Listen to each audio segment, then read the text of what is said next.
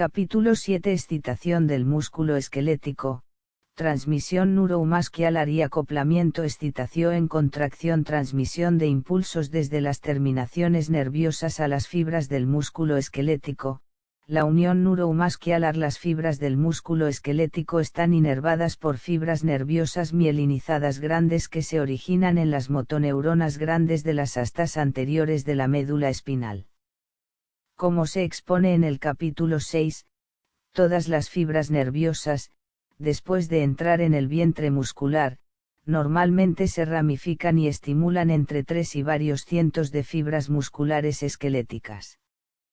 Cada terminación nerviosa forma una unión, denominada unión neuromuscular, con la fibra muscular cerca de su punto medio. El potencial de acción que se inicia en la fibra muscular por la señal nerviosa viaja en ambas direcciones hacia los extremos de la fibra muscular.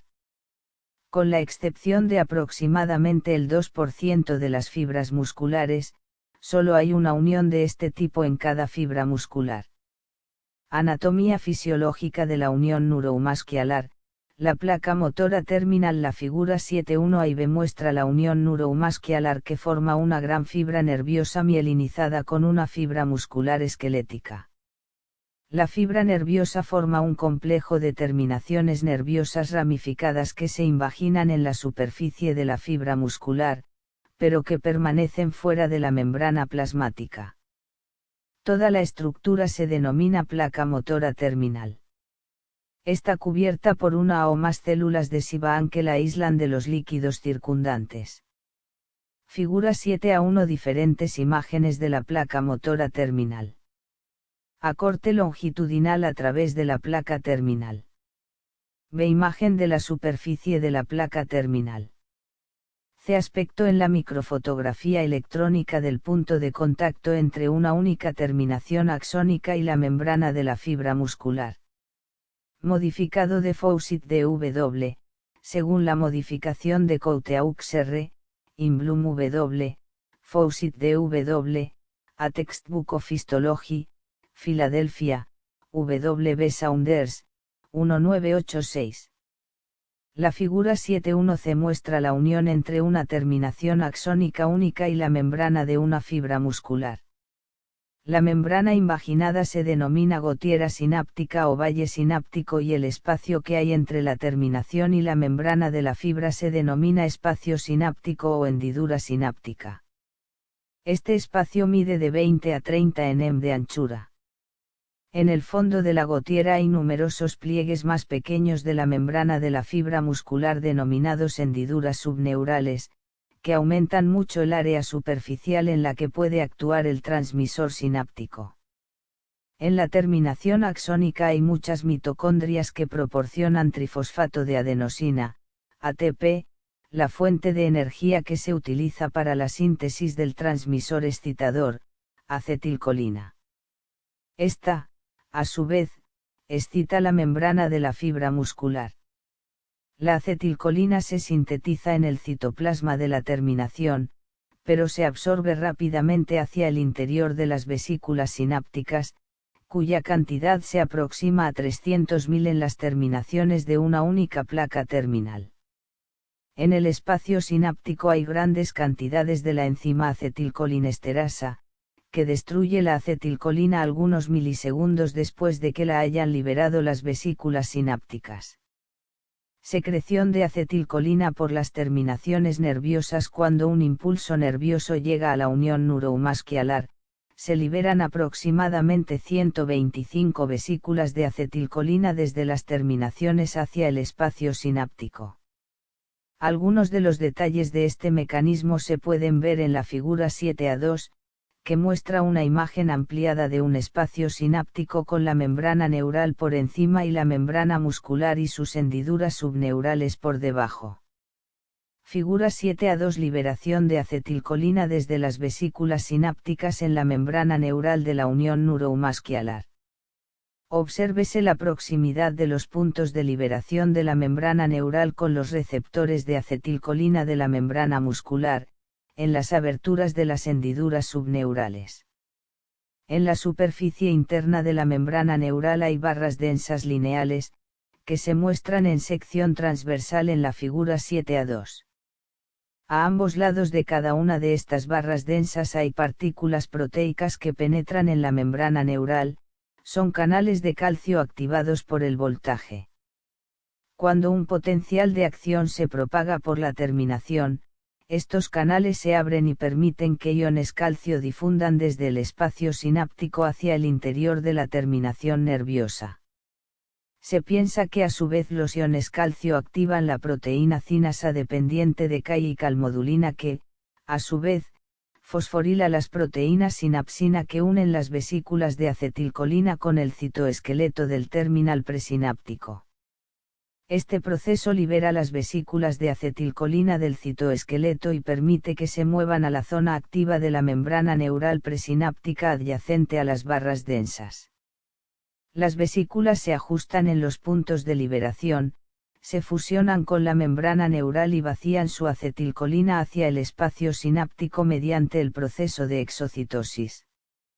Aunque algunos de los detalles que se han mencionado previamente son hipotéticos, se sabe que el estímulo eficaz que produce la liberación de acetilcolina desde las vesículas es la entrada de iones calcio y que después se vacía la acetilcolina desde las vesículas a través de la membrana neural adyacente a las barras densas. La acetilcolina abre los canales iónicos en las membranas postsinápticas. La figura 7a2 también muestra muchos receptores de acetilcolina pequeños en la membrana de la fibra muscular. Son canales iónicos activados por acetilcolina, y están localizados casi totalmente cerca de las aberturas de las hendiduras subneurales que están inmediatamente debajo de las zonas de las barras densas, donde se libera la acetilcolina hacia el espacio sináptico. Cada receptor es un complejo proteico que tiene un peso molecular total de aproximadamente 275.000. El complejo receptor de acetilcolina fetal está formado por 5 subunidades proteicas, 2 proteínas A y una proteína B, una D y una G. En el adulto, una proteína epsilon sustituye a la proteína gamma en el complejo receptor. Estas moléculas proteicas atraviesan la membrana, y están dispuestas en círculo para formar un canal tubular, que se muestra en la figura 7a3. El canal permanece cerrado, como se ilustra en la parte A de la figura, hasta que 2 moléculas de acetilcolina se unen respectivamente a las 2 subunidades proteicas. Esta fijación produce un cambio conformacional que abre el canal, como se puede ver en la parte B de la figura. Figura 7a3. Canal activado por acetilcolina. Ha estado cerrado. B. Después de la unión de la acetilcolina, ACH, y de que un cambio conformacional haya abierto el canal, permitiendo que los iones sodio entren en la fibra muscular y exciten la contracción. Obsérvense las cargas negativas en la embocadura del canal, que impiden el paso de iones negativos, como los iones cloruro. El canal activado por acetilcolina tiene un diámetro de aproximadamente 0,65 nm, que es lo suficientemente grande como para permitir que los iones positivos importantes sodio, Na, potasio, Ca, y calcio, Ki, se muevan con facilidad a través de la abertura. Los estudios en que se ha utilizado el pinzamiento zonal de membrana han demostrado que uno de estos canales, cuando es abierto por la acetilcolina, puede transmitir de 15.000 a 30.000 iones sodio en 1 ms. Por el contrario, los iones negativos, como los iones cloruro, no lo atraviesan debido a las intensas cargas negativas de la abertura del canal que las repelen. En la práctica fluyen muchos más iones sodio a través de los canales activados por acetilcolina que de cualquier otro tipo, por 2 motivos. Primero, solo hay 2 iones positivos en concentraciones grandes, iones sodio en el líquido extracelular e iones potasio en el líquido intracelular. Segundo, el potencial negativo del interior de la membrana muscular, de -80 a -90 mV, arrastra los iones sodio de carga positiva hacia el interior de la fibra, a la vez que impide de manera simultánea la salida de los iones potasio de carga positiva cuando intentan pasar hacia el exterior. Como se muestra en la figura 7-3b, el principal efecto de la apertura de los canales activados por la acetilcolina es permitir que grandes cantidades de iones sodio entren al interior de la fibra, desplazando con ellos grandes cantidades de cargas positivas. Esta acción genera un cambio de potencial positivo local en la membrana de la fibra muscular, denominado potencial de la placa terminal. A su vez, este potencial de la placa terminal inicia un potencial de acción que se propaga a lo largo de la membrana muscular y de esta manera produce la contracción muscular. Destrucción por la acetilcolinesterasa de la acetilcolina liberada. Una vez que se ha liberado hacia el espacio sináptico, la acetilcolina sigue activando los receptores de acetilcolina mientras persista en el espacio. Sin embargo, se elimina rápidamente por dos medios. 1.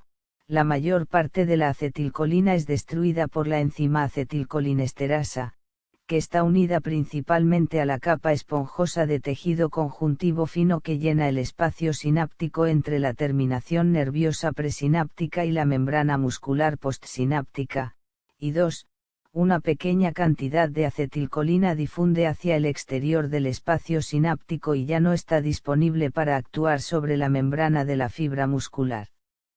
El breve espacio de tiempo que permanece la acetilcolina en el espacio sináptico, algunos milisegundos como mucho, normalmente es suficiente para excitar la fibra muscular. Después, la rápida eliminación de la acetilcolina impide la reexcitación muscular continuada después de que la fibra muscular se haya recuperado de su potencial de acción inicial. Potencial de la placa terminal y excitación de la fibra muscular esquelética. La rápida entrada de iones sodio en la fibra muscular cuando se abren los canales activados por acetilcolina hace que el potencial eléctrico en el interior de la fibra en la zona local de la placa terminal aumente en dirección positiva hasta 50 a 75 MV, generando un potencial local denominado potencial de la placa terminal. Recuérdese del capítulo 5 que normalmente es suficiente un aumento súbito del potencial de la membrana nerviosa de más de 20 a 30 MV para iniciar la apertura de cada vez más canales de sodio, iniciando de esta manera un potencial de acción en la membrana de la fibra muscular. La figura 7-4 muestra el principio del inicio del potencial de acción por un potencial de la placa terminal. Esta figura muestra tres potenciales distintos de placa terminal. Los potenciales de la placa terminal A y C son demasiado débiles para producir un potencial de acción, aunque sí producen cambios locales débiles del voltaje de la placa terminal, como se muestra en la figura. Por el contrario, el potencial de la placa terminal B es mucho más intenso y hace que se abra un número suficiente de canales de sodio, de modo que el efecto autorregenerativo del flujo cada vez mayor de iones sodio hacia el interior de la fibra inicia un potencial de acción.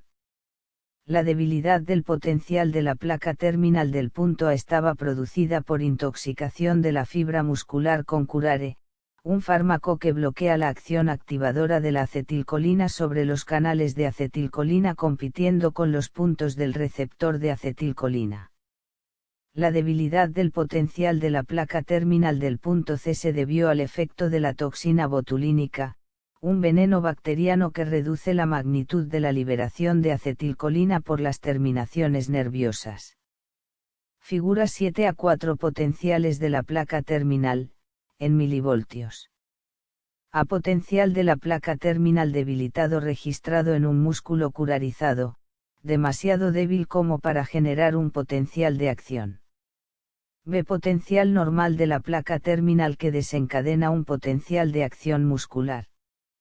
C. Potencial de la placa terminal debilitado producido por la toxina botulínica, que reduce la liberación de acetilcolina en la placa terminal, y que de nuevo es demasiado débil como para generar un potencial de acción muscular. Factor de seguridad para la transmisión en la unión neuromuscular, fatiga de la unión. Habitualmente cada impulso que llega a la unión neuromuscular produce un potencial de la placa terminal aproximadamente 3 veces mayor que el necesario para estimular la fibra nerviosa. Por tanto, se dice que la unión neuromuscular normal tiene un elevado factor de seguridad. Sin embargo, la estimulación de la fibra nerviosa a frecuencias mayores de 100 veces por segundo durante varios minutos con frecuencia disminuye tanto el número de vesículas de acetilcolina que los impulsos no pueden pasar hacia la fibra nerviosa. Esta situación se denomina fatiga de la unión neuromuscular y es el mismo efecto que produce fatiga de la sinapsis en el sistema nervioso central cuando las sinapsis son sobreexcitadas. En condiciones normales de funcionamiento raras veces se produce una fatiga medible de la unión neuromuscular, e incluso en estos casos solo se ve con los niveles más intensos de actividad muscular. Biología molecular de la formación y liberación de acetilcolina. La formación y la liberación de acetilcolina en la unión neuromuscular se producen en las siguientes fases. 1. Se forman vesículas pequeñas, de aproximadamente 40 nm de tamaño, en el aparato de Golgi del cuerpo celular de la motoneurona de la médula espinal. Estas vesículas son transportadas después por el axoplasma que fluye a través del núcleo del axón desde el cuerpo celular central en la médula espinal hasta la unión neuromuscular en las terminaciones de las fibras nerviosas periféricas. Se acumulan aproximadamente 300.000 de estas pequeñas vesículas en las terminaciones nerviosas de una única placa terminal del músculo esquelético. 2. La acetilcolina se sintetiza en el citosol de la terminación de la fibra nerviosa, aunque se transporta inmediatamente a través de la membrana de las vesículas hasta su interior, donde se almacena en una forma muy concentrada, aproximadamente 10.000 moléculas de acetilcolina en cada vesícula. 3. Cuando un potencial de acción llega a la terminación nerviosa, abre muchos canales de calcio en la membrana de la terminación nerviosa porque esta terminación tiene muchos canales de calcio activados por el voltaje. En consecuencia, la concentración de iones calcio en el interior de la membrana terminal aumenta aproximadamente 100 veces, lo que a su vez aumenta la velocidad de fusión de las vesículas de acetilcolina con la membrana terminal aproximadamente 10.000 veces. Esta fusión hace que muchas de las vesículas se rompan, permitiendo la exocitosis de la acetilcolina hacia el espacio sináptico. Con cada potencial de acción habitualmente se produce la lisis de aproximadamente 125 vesículas. Posteriormente, después de algunos milisegundos, la acetilcolina es escindida por la acetilcolinesterasa en ion de acetato y colina, y la colina se reabsorbe activamente en la terminación neural para ser reutilizada para formar de nuevo acetilcolina. Esta secuencia de acontecimientos se produce en un periodo de 5 a 10 ms. 4. El número de vesículas disponibles en la terminación nerviosa es suficiente para permitir la transmisión de solo algunos miles de impulsos desde el nervio hacia el músculo. Por tanto, para la función continuada de la unión neuromuscular se deben volver a formar rápidamente nuevas vesículas. En un plazo de algunos segundos, después de que haya terminado cada uno de los potenciales de acción aparecen hendiduras revestidas en la membrana de la terminación nerviosa, producidas por las proteínas contráctiles de la terminación nerviosa, especialmente la proteína clatrina, que está unida a la membrana en las zonas de las vesículas originales. En un plazo de aproximadamente 20 s las proteínas se contraen y hacen que las hendiduras se rompan hacia el interior de la membrana, formando de esta manera nuevas vesículas. En un plazo de algunos segundos la acetilcolina es transportada hacia el interior de estas vesículas y ya están dispuestas para un nuevo ciclo de liberación de acetilcolina. Fármacos que potencian o bloquean la transmisión en la unión neuromuscular. Fármacos que estimulan la fibra muscular por su acción similar a la acetilcolina. Varios compuestos, por ejemplo metacolina, carbacol y nicotina, tienen casi el mismo efecto sobre la fibra muscular que la acetilcolina. La diferencia entre estos fármacos y la acetilcolina consiste en que los fármacos no son destruidos por la colinesterasa, o son destruidos tan lentamente que su acción con frecuencia persiste durante muchos minutos a varias horas. Estos fármacos actúan produciendo zonas localizadas de despolarización de la membrana de la fibra muscular en la placa motora terminal donde están localizados los receptores de acetilcolina. Después, cada vez que la fibra muscular se recupera de una contracción previa, estas zonas polarizadas, por la fuga de iones, inician un nuevo potencial de acción, produciendo de esta manera un estado de espasmo muscular. Fármacos que estimulan la unión neuromuscular mediante la inactivación de la acetilcolinesterasa. 3 fármacos particularmente bien conocidos, neostigmina, fisostigmina y fluorofosfato de diisopropilo, inactivan la acetilcolinesterasa de la sinapsis de modo que ya no pueda hidrolizar la acetilcolina. Por tanto, con cada impulso nervioso sucesivo se acumula una cantidad adicional de acetilcolina, que estimula repetitivamente la fibra muscular. Esta actividad produce espasmo muscular incluso cuando llegan al músculo solo unos pocos impulsos nerviosos. Lamentablemente, también puede producir la muerte por espasmo laríngeo, que produce la asfixia del paciente. Neostigmina y fisostigmina se combinan con la acetilcolinesterasa para inactivar la acetilcolinesterasa durante hasta varias horas, después de lo cual estos fármacos son desplazados de la acetilcolinesterasa, de modo que la esterasa se activa de nuevo.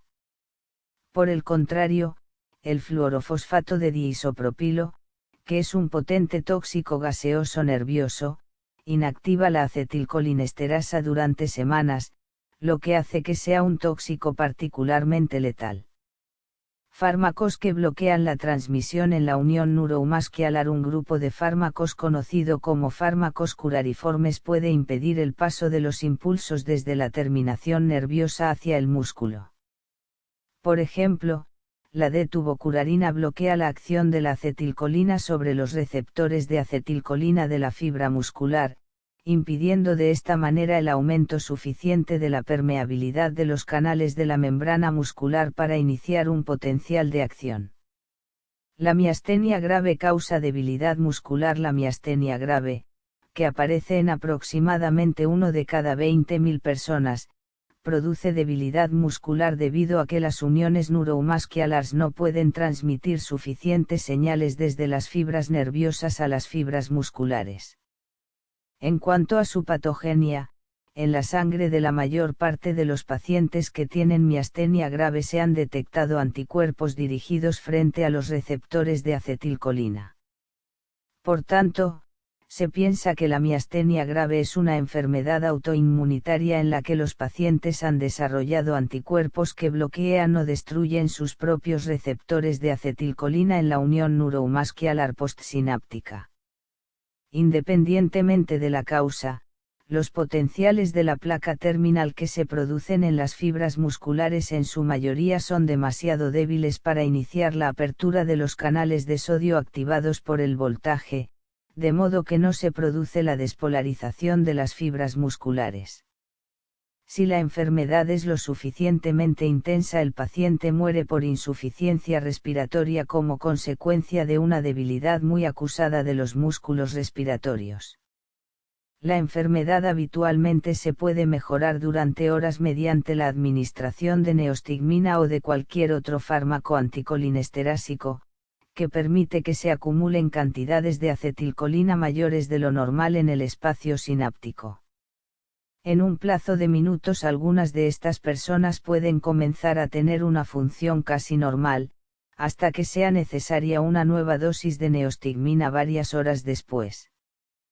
Potencial de acción muscular. Casi todo lo que se ha analizado en el capítulo 5 sobre el inicio y la conducción de los potenciales de acción en las fibras nerviosas se aplica por igual a las fibras musculares esqueléticas, excepto por diferencias cuantitativas. Algunos de los aspectos cuantitativos de los potenciales musculares son los siguientes: 1. Potencial de membrana en reposo. aproximadamente -80 a -90 mV en las fibras esqueléticas, el mismo que en las fibras nerviosas mielinizadas grandes. 2. Duración del potencial de acción, 1 a 5 ms en el músculo esquelético, aproximadamente 5 veces mayor que en los nervios mielinizados grandes. 3. Velocidad de conducción, 3 a 5 m/s, aproximadamente 1/13 de la velocidad de conducción de las fibras nerviosas mielinizadas grandes que excitan el músculo esquelético. Los potenciales de acción se propagan al interior de la fibra muscular a través de los túbulos transversos. La fibra muscular esquelética es tan grande que los potenciales de acción que se propagan a lo largo de la membrana de su superficie casi no producen ningún flujo de corriente en la profundidad de la fibra. Sin embargo, para producir una contracción muscular máxima, la corriente debe penetrar en las zonas profundas de la fibra muscular hasta la vecindad de las miofibrillas individuales. Esta penetración se consigue mediante la transmisión de los potenciales de acción a lo largo de los túbulos transversos, túbulos T, que penetran a lo largo de toda la fibra muscular desde un extremo de la fibra hasta el otro, como se señala en la figura 7a5. Los potenciales de acción de los túbulos T producen liberación de iones calcio en el interior de la fibra muscular en la vecindad inmediata de las miofibrillas, y estos iones calcio a su vez producen la contracción. Este proceso global se denomina acoplamiento excitación-contracción. Figura 7a5. Sistema túbulo transverso, T, retículo sarcoplásmico.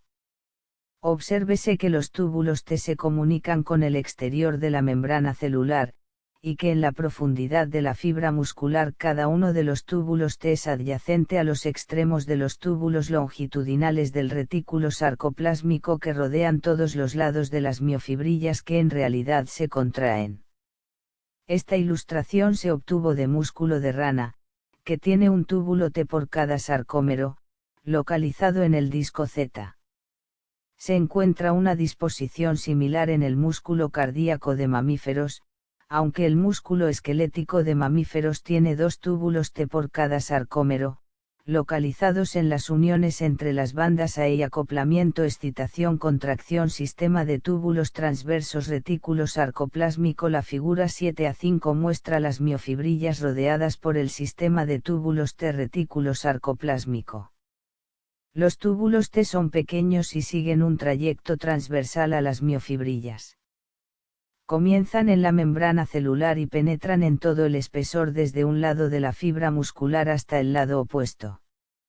No se muestra en la figura el hecho de que estos túbulos se ramifiquen entre ellos y formen planos completos de túbulos T que se entrelazan entre todas las miofibrillas individuales. Además, donde los túbulos T se originan en la membrana celular, están abiertos hacia el exterior de la fibra muscular. Por tanto, se comunican con el líquido extracelular que rodea la fibra muscular y contienen líquido extracelular en su luz. En otras palabras, los túbulos T son realmente extensiones internas de la membrana celular. Por tanto, cuando un potencial de acción se propaga por la membrana de una fibra muscular, también se propaga un cambio de potencial a lo largo de los túbulos T hacia las zonas profundas del interior de la fibra muscular. De esta manera las corrientes eléctricas que rodean a estos túbulos T producen la contracción muscular. La figura 7a5 también muestra un retículo sarcoplásmico, en amarillo. Este retículo sarcoplásmico está formado por 2 partes principales: 1, grandes cavidades denominadas cisternas terminales, localizadas junto a los túbulos T, y 2, túbulos longitudinales largos que rodean todas las superficies de las miofibrillas que se están contrayendo. Liberación de iones calcio por el retículo sarcoplásmico. Una de las características especiales del retículo sarcoplásmico es que en el interior de sus túbulos vesiculares hay un exceso de iones calcio a una concentración elevada, y que muchos de estos iones son liberados desde cada una de las vesículas cuando se produce un potencial de acción en el túbulo T adyacente. Las figuras 7a6 y 7a7 muestran que el potencial de acción del túbulo T genera un flujo de corriente hacia las cisternas del retículo sarcoplásmico en su punto de contacto con el túbulo T. Cuando el potencial de acción alcanza al túbulo T, el cambio de voltaje es detectado por receptores de dihidropiridina ligados a canales de liberación de calcio, también denominados canales receptores de rianodina, en las cisternas reticulares sarcoplásmicas adyacentes, VFIC 7a6. La activación de los receptores de dihidropiridina provoca la apertura de los canales de liberación de calcio en las cisternas, así como en sus túbulos longitudinales anexos. Estos canales permanecen abiertos durante unos milisegundos, con lo que liberan iones calcio hacia el sarcoplasma que rodea las miofibrillas y producen la contracción, como se analiza en el capítulo 6. Figura 7a6 Acoplamiento excitación contracción en el músculo esquelético. La imagen superior muestra un potencial de acción en el túbulo transverso que provoca un cambio de conformación en los receptores de dihidropiridina, DHP, de detección de voltaje, con lo que se abren los canales de liberación de KI en las cisternas terminales del retículo sarcoplásmico y se permite que el KI se difunda rápidamente en el sarcoplasma e inicie la contracción muscular. Durante la repolarización, imagen inferior, el cambio de conformación en el receptor de DHP cierra los canales de liberación de KI y el KI es transportado desde el sarcoplasma al retículo sarcoplásmico por una bomba de calcio dependiente del trifosfato de adenosina. Figura 7a7 Acoplamiento excitación contracción en el músculo, que muestra, 1. Un potencial de acción que da lugar a la liberación de iones calcio desde el retículo sarcoplásmico y, posteriormente, 2. Recaptación de los iones calcio por una bomba de calcio. ATP, trifosfato de adenosina. Una bomba de calcio retira los iones calcio del líquido miofibrilar después de que se haya producido la contracción. Una vez que se han liberado los iones calcio desde los túbulos sarcoplásmicos y que han difundido entre las miofibrillas, la contracción muscular continúa mientras los iones calcio permanezcan a una concentración elevada. Sin embargo, una bomba de calcio que actúa continuamente y que está localizada en las paredes del retículo sarcoplásmico bombea iones calcio desde las miofibrillas de nuevo hacia los túbulos sarcoplásmicos, VFIC 7a6. Esta bomba puede concentrar los iones calcio aproximadamente 10.000 veces en el interior de los túbulos. Además, en el interior del retículo hay una proteína denominada calsecuestrina, que puede unirse a hasta 40 veces más calcio. Pulso excitador de los iones calcio. La concentración normal en estado de reposo, 10 a 7 molar, de los iones calcio en el citosol que baña las miofibrillas es demasiado pequeña como para producir una contracción. Por tanto, el complejo troponina-tropomiosina mantiene inhibidos los filamentos de actina y mantiene el estado relajado del músculo. Por el contrario, la excitación completa del sistema del túbulo T y del retículo sarcoplásmico da lugar a una liberación de iones calcio suficiente como para aumentar la concentración en el líquido miofibrilar hasta un valor tan elevado como 2,10 a 4 molar, un aumento de 500 veces, que es aproximadamente 10 veces la concentración necesaria para producir una contracción muscular máxima. Inmediatamente después la bomba de calcio produce de nuevo depleción de los iones calcio. La duración total de este pulso de calcio en la fibra muscular esquelética normal dura aproximadamente 1/20 de segundo, aunque puede durar varias veces más en algunas fibras y varias veces menos en otras. En el músculo cardíaco el pulso de calcio dura aproximadamente 1/3 de segundo debido a la larga duración del potencial de acción cardíaco. Durante este pulso de calcio se produce la contracción muscular. Si la contracción debe mantenerse sin interrupciones durante intervalos prolongados, una serie continua de potenciales de acción repetidos debe iniciar una serie de pulsos de calcio, como se analiza en el capítulo 6. Bibliografía. Véase también la bibliografía de los capítulos 5 y 656. Vis and the Synaptic Dysfunction in Congenital Myasthenic Syndromes. Anene y Akatsai. 2012-1275-63. Budnik V, Salinas PC. WNT Signaling During Synaptic Development and Plasticity. Keropin Neurobiol. 2011-21-151. Chengache, Ledarar WJ. Calcium Sparks. Physiolrep 2008-88-1491. Cossins J, Belaya K, Zoltovska K, et al. The Search for New Antigenic Targets in Myasthenia Gravis. Anene y Akatsai.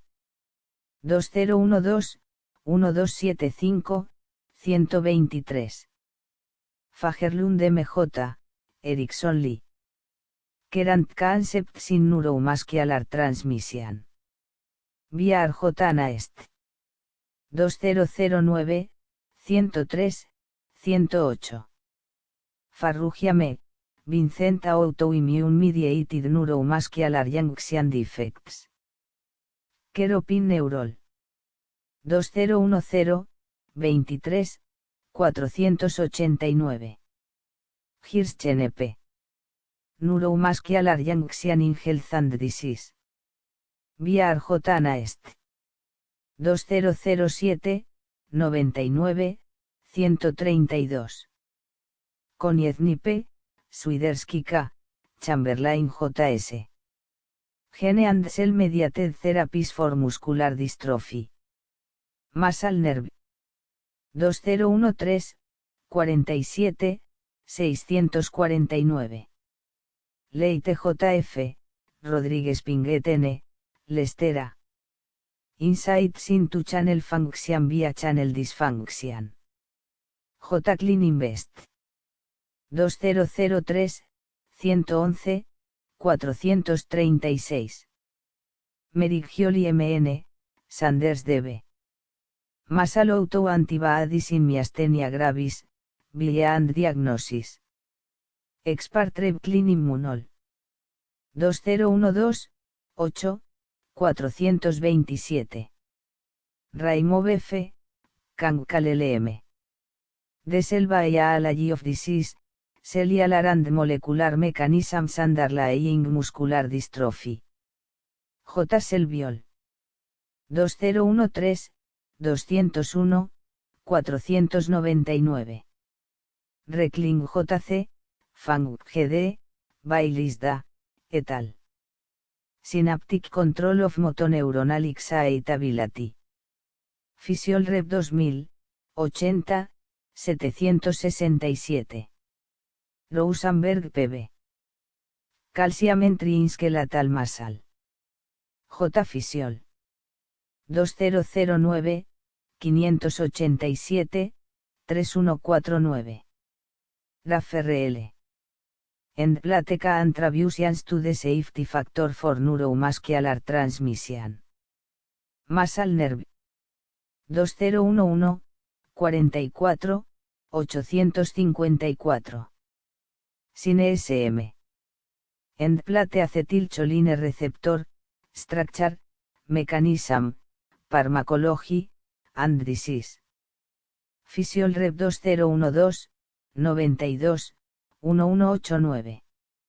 Vincent Unraveling the Pathogenesis of Myasthenia Gravis. Natrev Immunol. 2002-10-797. CAPITULE8booksmedicos.org. Excitación y contracción del músculo liso. Contracción del músculo liso. En los capítulos 6 y 7 el análisis se centró en el músculo esquelético. Ahora pasamos al músculo liso, que está formado por fibras mucho menores, habitualmente de 1 a 5 m de diámetro y de solo 20 a 500 m de longitud. Por el contrario, las fibras musculares esqueléticas tienen un diámetro hasta 30 veces mayor y una longitud cientos de veces mayor. Muchos de los mismos principios de la contracción se aplican al músculo liso y al músculo esquelético. Lo que es más importante, esencialmente las mismas fuerzas de atracción entre los filamentos de miosina y actina producen la contracción en el músculo liso y en el músculo esquelético, pero la disposición física interna de las fibras musculares lisas es diferente. Tipos de músculo liso. El músculo liso de los distintos órganos es distinto del de la mayor parte de los demás en varios sentidos. 1. Dimensiones físicas. 2. Organización en fascículos o láminas. 3. Respuesta a diferentes tipos de estímulos. 4. Características de la inervación. Y 5. Función. Sin embargo, en aras de la simplicidad, el músculo liso en general se puede dividir en dos tipos principales, que se muestran en la figura 8a1, músculo liso multiunitario y músculo liso unitario, o monounitario. Figura 8a1 músculo liso multiunitario A y unitario B. Músculo liso multiunitario. Este tipo de músculo liso está formado por fibras musculares lisas separadas y discretas. Cada una de las fibras actúa independientemente de las demás y con frecuencia está inervada por una única terminación nerviosa, como ocurre en las fibras musculares esqueléticas. Además, la superficie externa de estas fibras, como en el caso de las fibras musculares esqueléticas, está cubierta por una capa delgada de sustancia similar a una membrana basal, una mezcla de colágeno fino y glucoproteínas que aísla las fibras separadas entre sí. Las características fundamentales de las fibras musculares lisas multiunitarias son que cada una de las fibras se puede contraer independientemente de las demás, y que su control se ejerce principalmente por señales nerviosas. Por el contrario, una parte importante del control del músculo liso unitario es ejercida por estímulos no nerviosos. Algunos ejemplos de músculo liso multiunitario son el músculo ciliar del ojo, el músculo del iris del ojo y los músculos piloerectores que producen la erección del pelo cuando los estimula el sistema nervioso simpático. Músculo liso unitario. Este tipo se denomina músculo liso sincitial o músculo liso visceral. El término unitario es confuso porque no se refiere a fibras musculares únicas. Por el contrario, se refiere a una masa de cientos a miles de fibras musculares lisas que se contraen juntas como una única unidad. Las fibras habitualmente están dispuestas en láminas o fascículos, y sus membranas celulares están adheridas entre sí en múltiples puntos, de modo que la fuerza que se genera en una fibra muscular se puede transmitir a la siguiente. Además, las membranas celulares están unidas por muchas uniones en hendidura a través de las cuales los iones pueden fluir libremente desde una célula muscular a otra, de modo que los potenciales de acción o el flujo iónico simple sin potenciales de acción puede viajar desde una fibra a otra y hacer que las fibras musculares se contraigan simultáneamente. Este tipo de músculo liso también se conoce como músculo liso sincitial debido a sus interconexiones sincitiales entre las fibras. También se denomina músculo liso visceral porque se encuentra en la pared de la mayor parte de las vísceras del cuerpo, por ejemplo el aparato digestivo, las vías biliares, los uréteres, el útero y muchos vasos sanguíneos. Mecanismo contráctil en el músculo liso. Base química de la contracción del músculo liso. El músculo liso contiene filamentos tanto de actina como de miosina, que tienen características químicas similares a los filamentos de actina y miosina del músculo esquelético. No contiene el complejo de troponina necesario para el control de la contracción del músculo esquelético, de modo que el mecanismo de control de la contracción es diferente. Esta cuestión se analiza en detalle más adelante en este mismo capítulo. Estudios químicos han mostrado que los filamentos de actina y miosina del músculo liso interactúan entre sí de manera muy similar a cómo lo hacen en el músculo esquelético. Además, el proceso contráctil es activado por los iones calcio, y el trifosfato de adenosina, ATP, se degrada a difosfato de adenosina, ADP, para proporcionar la energía para la contracción. Sin embargo, hay diferencias importantes entre la organización física del músculo liso y la del músculo esquelético, así como diferencias en el acoplamiento excitación-contracción, el control del proceso contráctil por los iones calcio, la duración de la contracción y la cantidad de energía necesaria. Base física de la contracción del músculo liso. El músculo liso no tiene la misma disposición estriada de los filamentos de actina y miosina que se encuentra en el músculo esquelético. Por el contrario, las técnicas de microfotografía electrónica indican la organización física que se ilustra en la figura 8a2, que muestra grandes números de filamentos de actina unidos a los cuerpos densos.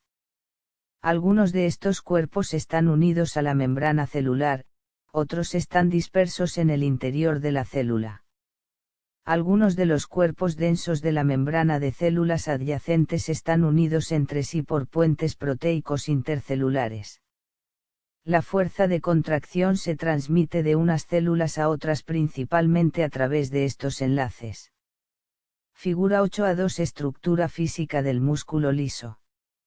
La fibra de la parte superior izquierda muestra los filamentos de actina que irradian desde los cuerpos densos. La fibra de la parte inferior derecha y el diagrama del lado derecho muestran la relación de los filamentos de miosina con los filamentos de actina. Interpuestos entre los filamentos de actina de la fibra muscular están los filamentos de miosina. Estos filamentos tienen un diámetro superior al doble que los filamentos de actina.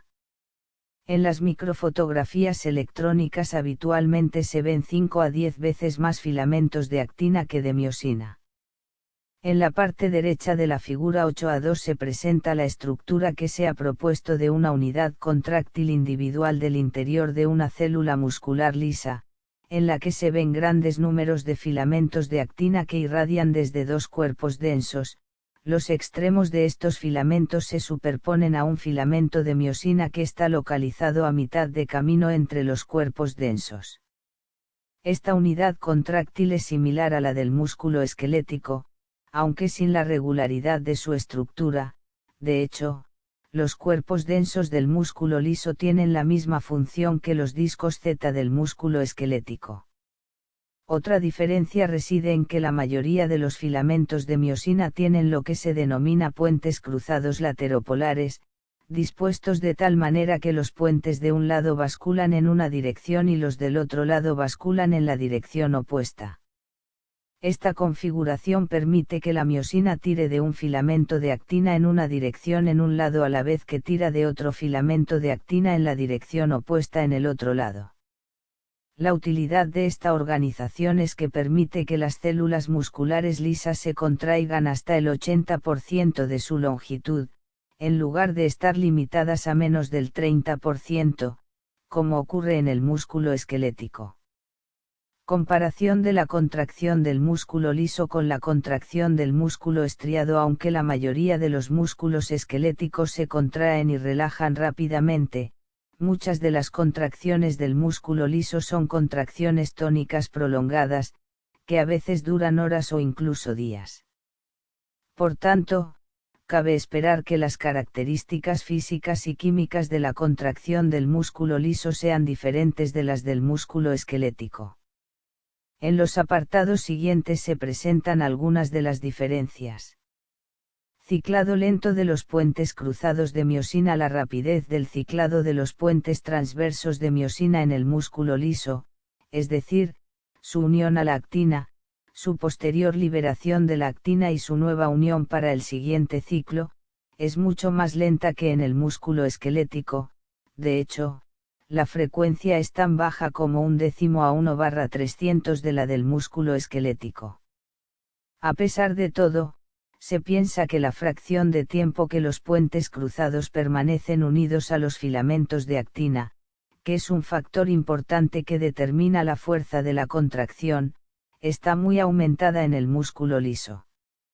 Una posible razón del ciclado lento es que las cabezas de los puentes cruzados tienen una actividad AT pasa mucho menor que en el músculo esquelético, de modo que la degradación del ATP que aporta energía a los movimientos de las cabezas de los puentes cruzados está muy reducida, con el consiguiente enlentecimiento de la frecuencia de ciclado.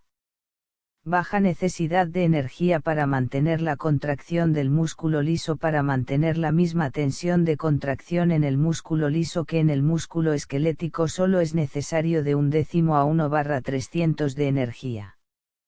También se piensa que esto se debe al lento ciclado de unión y separación de los puentes cruzados y a que solo es necesaria una molécula de ATP para cada ciclo, independientemente de su duración. La baja utilización de energía por el músculo liso es importante para la economía energética global del cuerpo, porque órganos como los intestinos, la vejiga urinaria, la vesícula biliar y otras vísceras con frecuencia mantienen una contracción muscular tónica casi indefinidamente. Lentitud del inicio de la contracción y relajación del tejido muscular liso total. Un tejido muscular liso típico comienza a contraerse de 50 a 100 ms después de ser excitado, alcanza la contracción completa aproximadamente 0,5 s después, y después la fuerza contráctil disminuye en 1 a 2 s más, dando un tiempo total de contracción de 1 a 3 s. Este tiempo es aproximadamente 30 veces más prolongado que una contracción única de una fibra muscular esquelética media. Sin embargo, como hay tantos tipos de músculo liso, la contracción de algunos tipos puede ser tan corta como 0,2 s o tan larga como 30 s. El inicio lento de la contracción del músculo liso, así como su contracción prolongada, está producido por la lentitud de la unión y la separación de los puentes cruzados a los filamentos de actina. Además, el inicio de la contracción en respuesta a los iones calcio es mucho más lento que en el músculo esquelético, como se analizará más adelante. La fuerza máxima de contracción muscular es a menudo mayor en el músculo liso que en el músculo esquelético a pesar de la escasez relativa de filamentos de miosina en el músculo liso, y a pesar del tiempo lento de ciclado de los puentes cruzados, la fuerza máxima de contracción del músculo liso es con frecuencia mayor que la del músculo esquelético, hasta 4 a 6 kg/cm2 de área transversal para el músculo liso, en comparación con 3 a 4 kg para el músculo esquelético. Esta gran fuerza de la contracción del músculo liso se debe al periodo prolongado de unión de los puentes cruzados de miosina a los filamentos de actina. El mecanismo de cerrojo facilita el mantenimiento prolongado de las contracciones del músculo liso. Una vez que el músculo liso ha generado la contracción máxima, la magnitud de la excitación continuada habitualmente se puede reducir a mucho menos del nivel inicial, a pesar de lo cual el músculo mantiene su fuerza de contracción completa. Además, la energía que se consume para mantener la contracción con frecuencia es minúscula, a veces tan solo 1/300 de la energía necesaria para una contracción sostenida y comparable del músculo esquelético.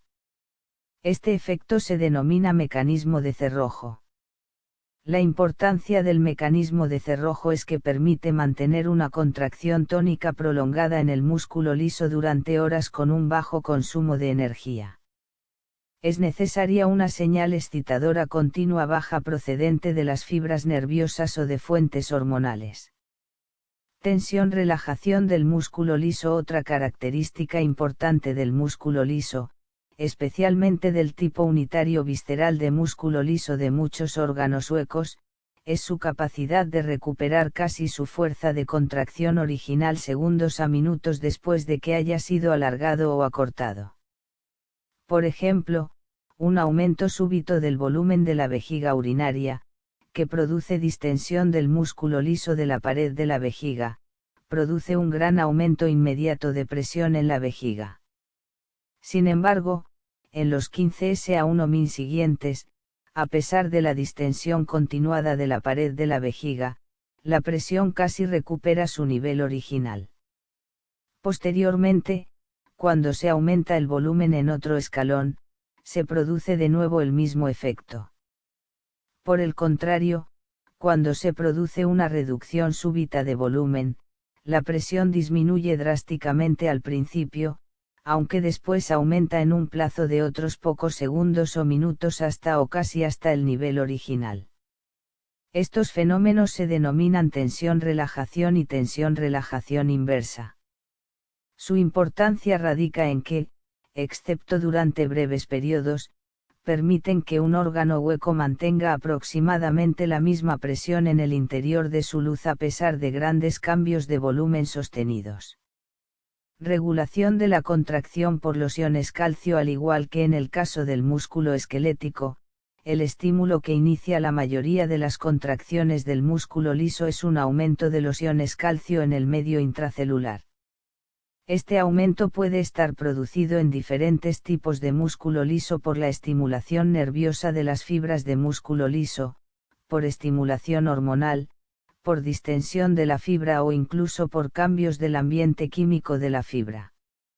El músculo liso no contiene troponina, la proteína reguladora que es activada por los iones calcio para producir la contracción del músculo esquelético. En cambio, la contracción del músculo liso está activada por un mecanismo totalmente distinto, como se describe en el siguiente apartado.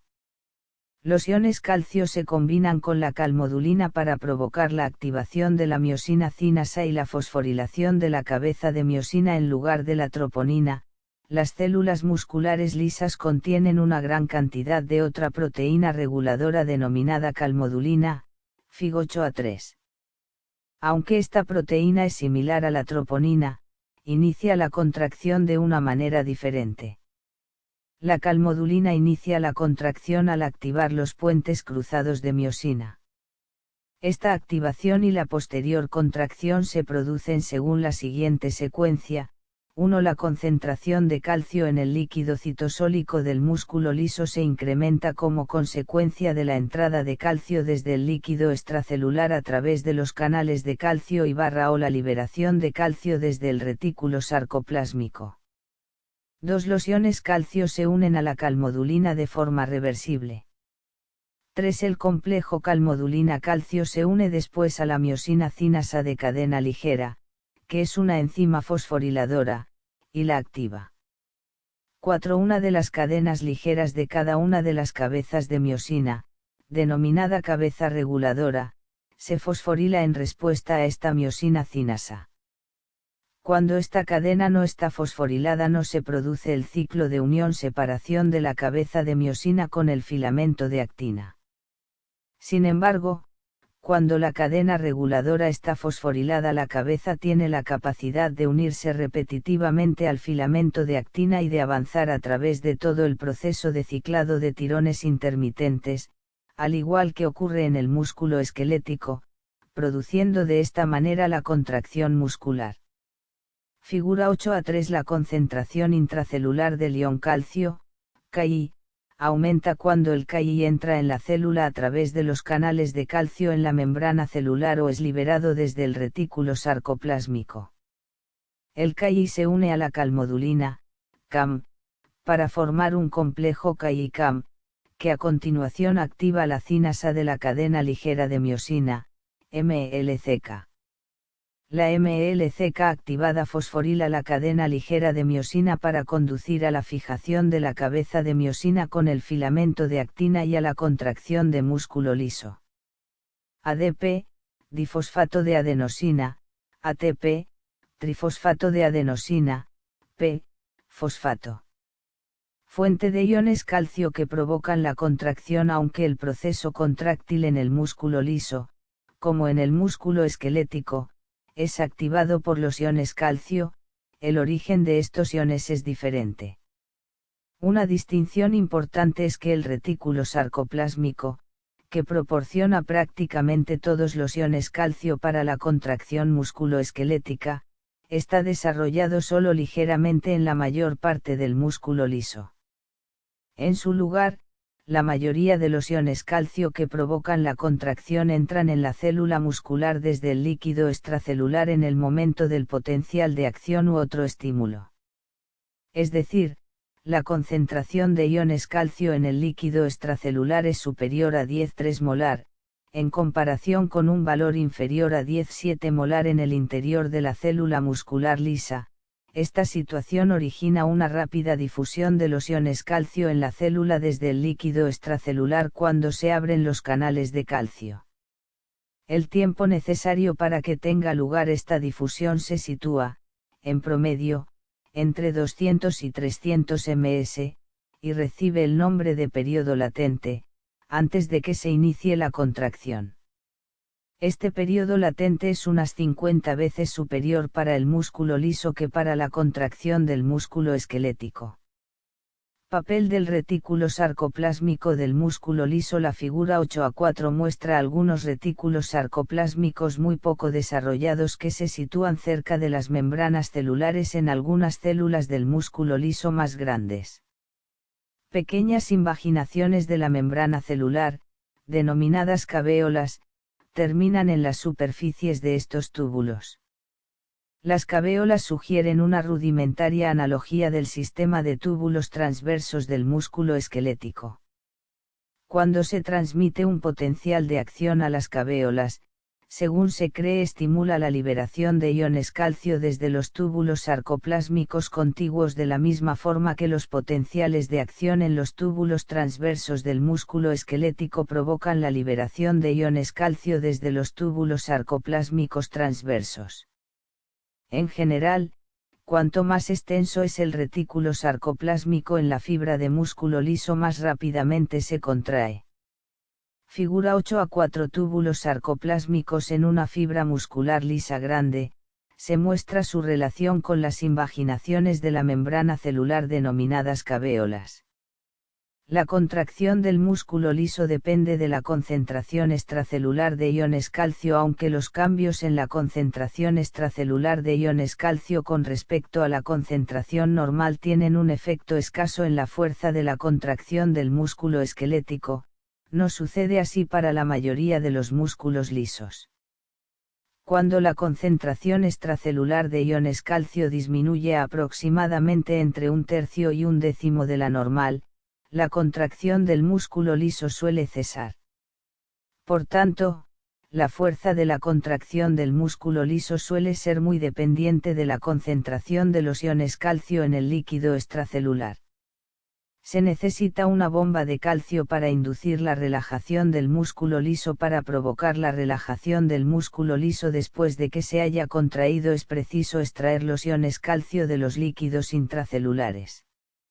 Esta extracción se consigue mediante una bomba de calcio que bombea los iones calcio fuera de la fibra de músculo liso de nuevo al líquido extracelular, o al retículo sarcoplásmico, si estuviera presente. Fig 8a5. Esta bomba necesita ATP y es de acción lenta en comparación con la bomba de rápida acción del retículo sarcoplásmico en el músculo esquelético. Por consiguiente, una única contracción de músculo liso a menudo dura unos segundos, y no centésimas o décimas de segundo, como sucede en el músculo esquelético. Figura 8a5. La relajación del músculo liso tiene lugar cuando la concentración de iones calcio, Ki, disminuye por debajo de un nivel crítico mientras se bombea Ki fuera de la célula o en el retículo sarcoplásmico.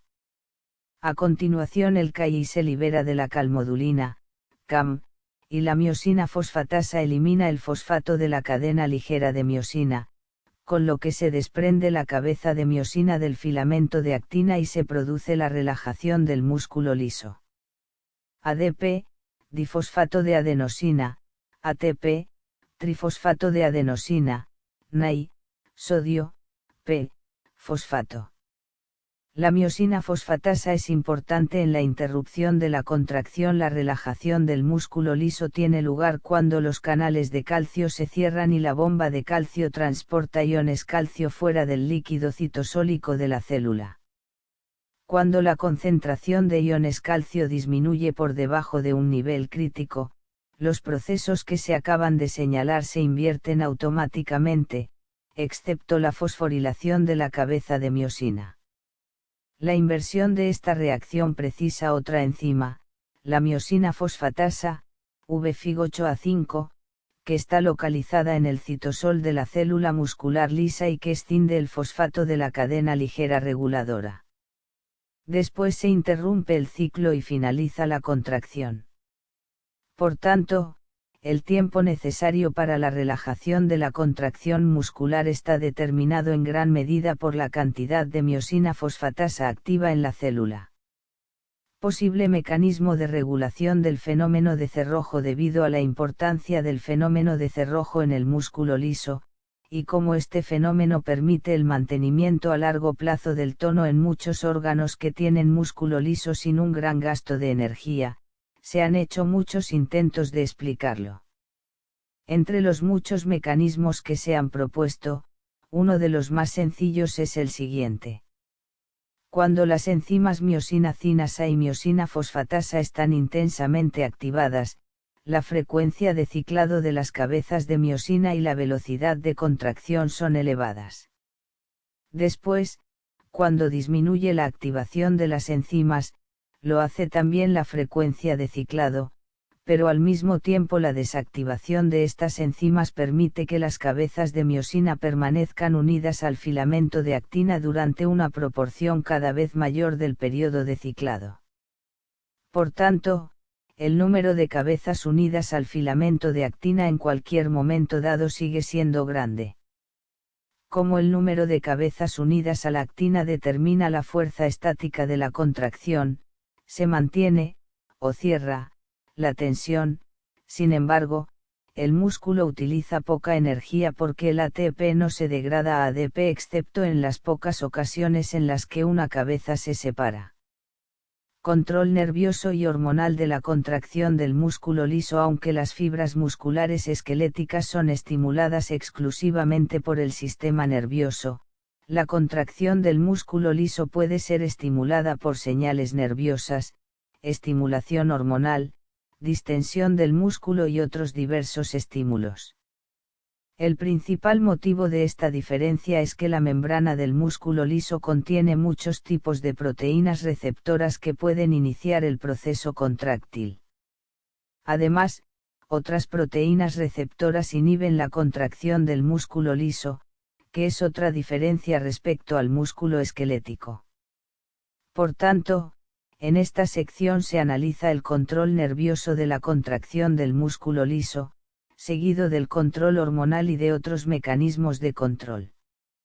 Uniones neuromusculares del músculo liso. Anatomía fisiológica de las uniones neuromusculares del músculo liso. Las uniones neuromusculares del tipo muy estructurado que se encuentran en las fibras del músculo esquelético no aparecen en el músculo liso. Por el contrario, las fibras nerviosas autónomas que inervan el músculo liso generalmente se ramifican de manera difusa encima de una lámina de fibras musculares, como se muestra en la figura 8a6. En la mayoría de los casos estas fibras no establecen contacto directo con la membrana de las células de las fibras musculares lisas, sino que forman las uniones difusas que secretan su sustancia transmisora hacia el recubrimiento de matriz del músculo liso, con frecuencia a una distancia de varios nanómetros a varios micrómetros de las células musculares. Después la sustancia transmisora difunde hacia las células.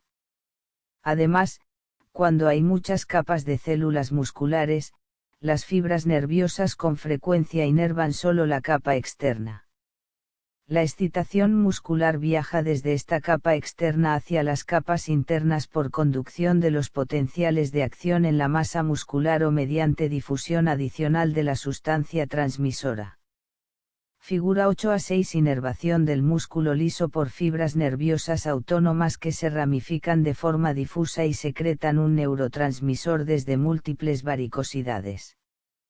Las células unitarias, viscerales, de músculo liso están conectadas por uniones en hendidura de manera que la despolarización puede difundirse rápidamente de unas células a otras, lo que hace posible que las células musculares se contraigan como una sola unidad. En el músculo liso multiunitario, cada célula es estimulada de forma independiente por un neurotransmisor liberado desde varicosidades nerviosas autónomas estrechamente asociadas. Los axones que inervan las fibras musculares lisas no tienen los extremos terminales ramificados típicos que se observan en la placa motora terminal de las fibras musculares esqueléticas. Por el contrario, la mayoría de los axones terminales delgados tiene múltiples varicosidades distribuidas a lo largo de sus ejes. En estos puntos se interrumpen las células de Sivaan que rodean a los axones, de modo que se puede secretar la sustancia transmisora a través de las paredes de las varicosidades. En las varicosidades hay vesículas similares a las de la placa terminal del músculo esquelético y que contienen la sustancia transmisora. Pero, al contrario de las vesículas de las uniones del músculo esquelético, que siempre contienen acetilcolina, las vesículas de las terminaciones de las fibras nerviosas autónomas contienen acetilcolina en algunas fibras y noradrenalina en otras, y de manera ocasional también otras sustancias. En algunos casos, particularmente en el tipo multiunitario del músculo liso, las varicosidades están separadas de la membrana de la célula muscular por tan solo 20 a 30 nm, la misma anchura que tiene la hendidura sináptica que aparece en la unión del músculo esquelético. Estas uniones se denominan uniones de contacto, y actúan de manera muy similar a la unión neuromuscular del músculo esquelético.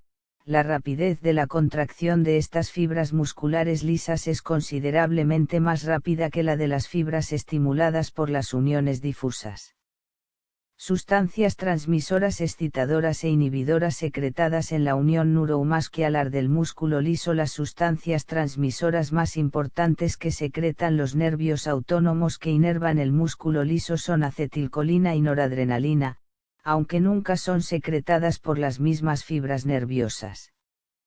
La acetilcolina es una sustancia transmisora excitadora de las fibras musculares lisas en algunos órganos y un transmisor inhibidor en el músculo liso de otros órganos.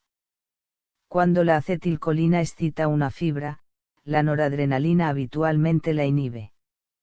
Por el contrario, cuando la acetilcolina inhibe una fibra, la noradrenalina habitualmente la excita.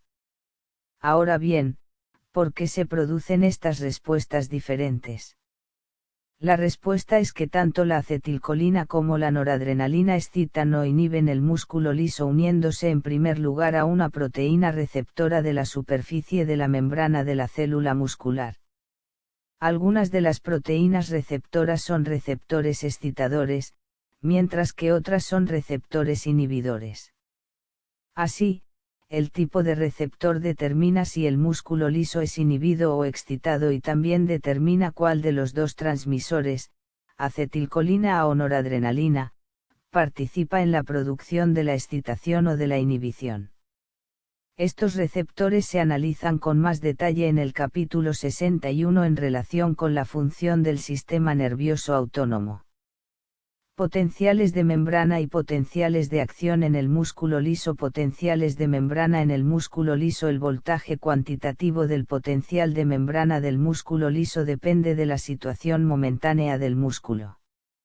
En el estado de reposo normal el potencial intracelular es de aproximadamente -50 a -60 mV, alrededor de 30 mV menos negativo que en el músculo esquelético. Potenciales de acción en el músculo liso unitario. Los potenciales de acción se producen en el músculo liso unitario, como el músculo visceral, de la misma forma que en el músculo esquelético. Normalmente no se producen en la mayoría de los tipos multiunitarios de músculo liso, como se analiza en una sección posterior. Los potenciales de acción del músculo liso visceral se producen en una de dos formas: 1. Potenciales en espiga, o 2. Potenciales de acción con meseta. Potenciales en espiga. Los potenciales de acción en espiga típicos, como los que se ven en el músculo esquelético, aparecen en la mayoría de los tipos de músculo liso unitario. La duración de este tipo de potencial de acción es de 10 a 50 ms, como se ve en la figura 8-7a. Estos potenciales de acción se pueden generar de muchas maneras, por ejemplo mediante estimulación eléctrica, por la acción de hormonas sobre el músculo liso, por la acción de sustancias transmisoras procedentes de las fibras nerviosas, por distensión o como consecuencia de su generación espontánea en la propia fibra muscular, como se analiza más adelante. Figura 8a-7a. Potencial de acción típico del músculo liso, potencial en espiga, producido por un estímulo externo. B. Potenciales en espiga repetitivos, producidos por ondas eléctricas rítmicas lentas que aparecen espontáneamente en el músculo liso de la pared intestinal. C. Potencial de acción con una meseta, registrado en una fibra muscular lisa del útero.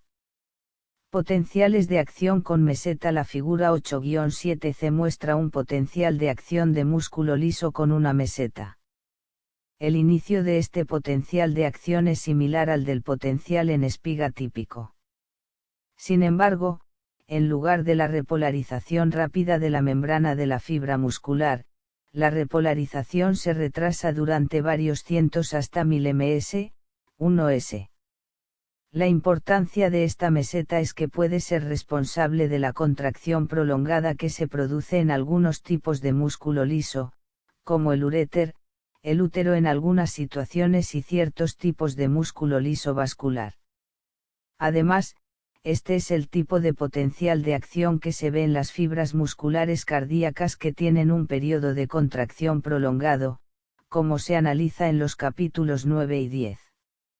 Los canales de calcio son importantes en la generación del potencial de acción del músculo liso. La membrana de la célula muscular lisa tiene muchos más canales de calcio activados por el voltaje que el músculo esquelético, aunque tiene pocos canales de sodio activados por el voltaje.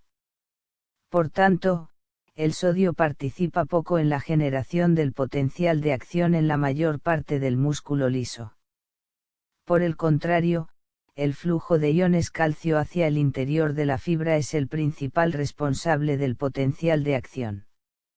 Este flujo ocurre de la misma manera autorregenerativa que se produce en los canales de sodio de las fibras nerviosas y de las fibras musculares esqueléticas. Sin embargo, los canales de calcio se abren muchas veces más lentos que los canales de sodio, y también permanecen abiertos mucho más tiempo. Estas características explican en gran medida los prolongados potenciales de acción en meseta de algunas fibras musculares lisas.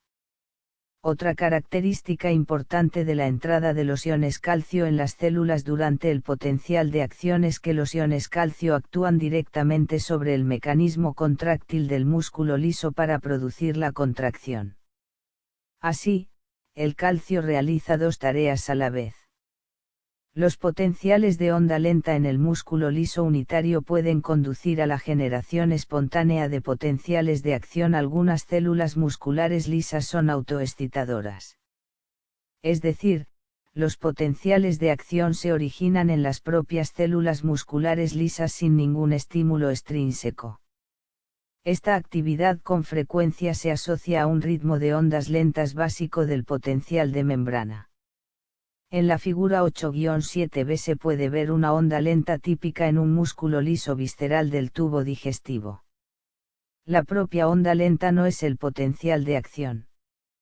Es decir, no es un proceso autorregenerativo que se propaga progresivamente a lo largo de las membranas de las fibras musculares, sino que es una propiedad local de las fibras musculares lisas que forman la masa muscular. No se conoce la causa del ritmo de ondas lentas. Una hipótesis es que las ondas lentas están producidas por la aparición y desaparición del bombeo de iones positivos, probablemente iones sodio, hacia el exterior a través de la membrana de la fibra muscular, es decir, el potencial de membrana se hace más negativo cuando el sodio se bombea rápidamente y menos negativo cuando la bomba de sodio es menos activa. Otra hipótesis es que las conductancias de los canales iónicos aumentan y disminuyen de manera rítmica. La importancia de las ondas lentas es que, cuando son lo suficientemente intensas, pueden iniciar potenciales de acción. Las ondas lentas en sí mismas no pueden producir la contracción muscular. No obstante, cuando el máximo del potencial de la onda lenta negativa en el interior de la membrana celular aumenta en dirección positiva desde -60 hasta aproximadamente -35 mV, el umbral aproximado para generar potenciales de acción en la mayor parte del músculo liso visceral, se produce un potencial de acción que se propaga a lo largo de la masa muscular y se produce la contracción. La figura 8-7b muestra este efecto, de modo que en cada pico de la onda lenta se producen uno o más potenciales de acción.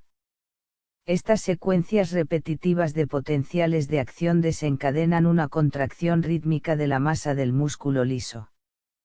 Por tanto, las ondas lentas se denominan ondas marcapasos. En el capítulo 63 se verá que este tipo de actividad marcapasos controla las contracciones rítmicas del tubo digestivo. Excitación del músculo liso visceral por distensión muscular. Cuando el músculo liso visceral, unitario, es distendido lo suficiente, habitualmente se generan potenciales de acción espontáneos, que se deben a una combinación de, 1, los potenciales de onda lenta normales, y 2, la disminución de la negatividad global del potencial de membrana que produce la distensión.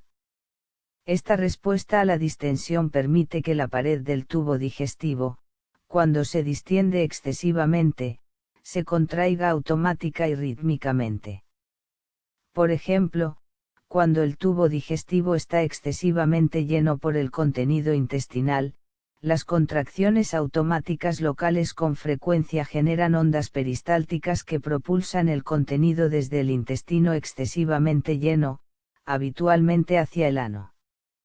Despolarización del músculo liso multiunitario sin potenciales de acción. Las fibras musculares lisas del músculo liso multiunitario, como el músculo del iris del ojo o el músculo erector de cada uno de los cabellos, normalmente se contraen sobre todo en respuesta a estímulos nerviosos.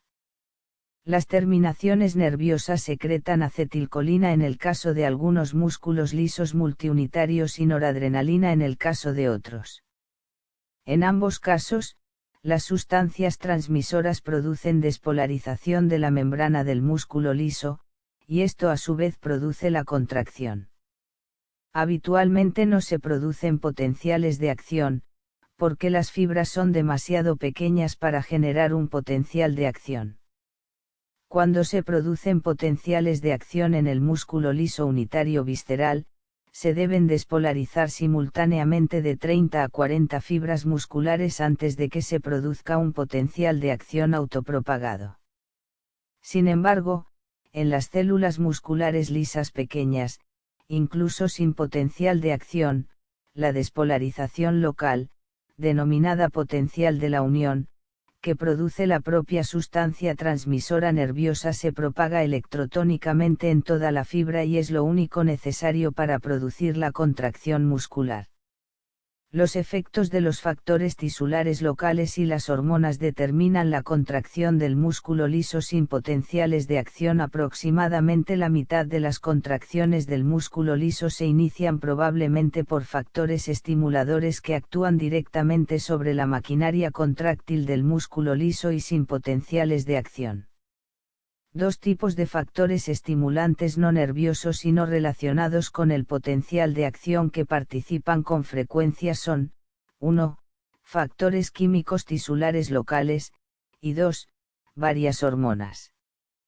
Contracción del músculo liso en respuesta a factores químicos tisulares locales. En el capítulo 17 se analiza el control de la contracción de las arteriolas, metaarteriolas y esfínteres precapilares. Los más pequeños de estos vasos tienen una inervación escasa o nula. Sin embargo, el músculo liso es muy contráctil y responde rápidamente a los cambios de las condiciones químicas locales del líquido intersticial circundante y a la distensión originada por cambios en la presión arterial. En el estado normal de reposo muchos de los vasos sanguíneos pequeños permanecen contraídos. Sin embargo, cuando es necesario un flujo sanguíneo tisular adicional, múltiples factores pueden relajar la pared vascular, permitiendo de esta manera el aumento del flujo. Así, un potente sistema de control de retroalimentación local controla el flujo sanguíneo a la zona tisular local. Algunos de los factores de control específicos son: 1. La ausencia de oxígeno en los tejidos locales produce relajación del músculo liso y, en consecuencia, vasodilatación. 2. El exceso de anhídrido carbónico produce vasodilatación. 3. El aumento de la concentración de iones hidrógeno produce vasodilatación. La adenosina, el ácido láctico, el aumento de los iones potasio, la disminución de la concentración de los iones calcio y el aumento de la temperatura corporal producen vasodilatación local. La disminución de la presión arterial, al originar una menor distensión del músculo liso vascular, hace también que estos pequeños vasos sanguíneos se dilaten. Efectos de las hormonas sobre la contracción del músculo liso. Muchas de las hormonas circulantes en la sangre afectan en cierto grado a la contracción del músculo liso, y algunas tienen efectos profundos. Entre las más importantes se encuentran la noradrenalina, la adrenalina, la angiotensina 2, la endotelina, la vasopresina, la oxitocina, la serotonina y la histamina. Una hormona produce contracción del músculo liso cuando la membrana de la célula muscular contiene receptores excitadores activados por hormonas para esa hormona. Por el contrario, la hormona produce inhibición si la membrana contiene receptores inhibidores para ella en lugar de receptores excitadores. Mecanismos de la excitación o la inhibición del músculo liso por hormonas o por factores tisulares locales. Algunos receptores hormonales de la membrana del músculo liso abren canales iónicos de sodio o de calcio y despolarizan la membrana, al igual que ocurre después de la estimulación nerviosa. A veces se producen potenciales de acción, o potenciales de acción que ya se están produciendo pueden potenciarse. En otros casos se produce despolarización sin potenciales de acción y esta despolarización permite la entrada de iones calcio en la célula, lo que facilita la contracción. Por el contrario, se produce inhibición cuando la hormona, u otro factor tisular, cierra los canales de sodio y calcio para impedir la entrada de estos iones positivos. También se produce inhibición si los canales de potasio, que normalmente están cerrados, se abren, lo que permite que iones potasio positivos difundan hacia el exterior de la célula. Estas dos acciones aumentan el grado de negatividad en el interior de la célula muscular, un estado que se denomina hiperpolarización y que inhibe intensamente la contracción muscular. Algunas veces la contracción o la inhibición del músculo liso es iniciada por hormonas que no producen directamente ningún cambio en el potencial de membrana. En estos casos la hormona puede activar un receptor de membrana que no abre ningún canal iónico, sino que produce un cambio interno de la fibra muscular, como la liberación de iones calcio desde el retículo sarcoplásmico intracelular. Después el calcio induce la contracción. Para inhibir la contracción se sabe que otros mecanismos activan la enzima adenilato ciclasa o guanilato ciclasa de la membrana celular. Las porciones de los receptores que sobresalen hacia el interior de las células están acopladas con estas enzimas, dando lugar a la formación de monofosfato cíclico de adenosina, AMPC, o monofosfato cíclico de guanosina, GMPC, denominados segundos mensajeros. El AMPC y el GMPC tienen muchos efectos, uno de los cuales es modificar el grado de fosforilación de varias enzimas que inhiben indirectamente la contracción. Se activa la bomba que mueve iones calcio desde el sarcoplasma hacia el retículo sarcoplásmico, así como la bomba de la membrana celular que saca iones calcio de la propia célula. Estos efectos reducen la concentración de los iones calcio en el sarcoplasma, inhibiendo de esta manera la contracción. Hay una considerable diversidad en el mecanismo de inicio de la contracción o de la relajación del músculo liso de diferentes localizaciones en respuesta a diferentes hormonas, neurotransmisores y otras sustancias. En algunos casos la misma sustancia puede producir relajación o contracción del músculo liso de diferentes localizaciones. Por ejemplo, la noradrenalina inhibe la contracción del músculo liso del intestino, aunque estimula la contracción del músculo liso de los vasos sanguíneos.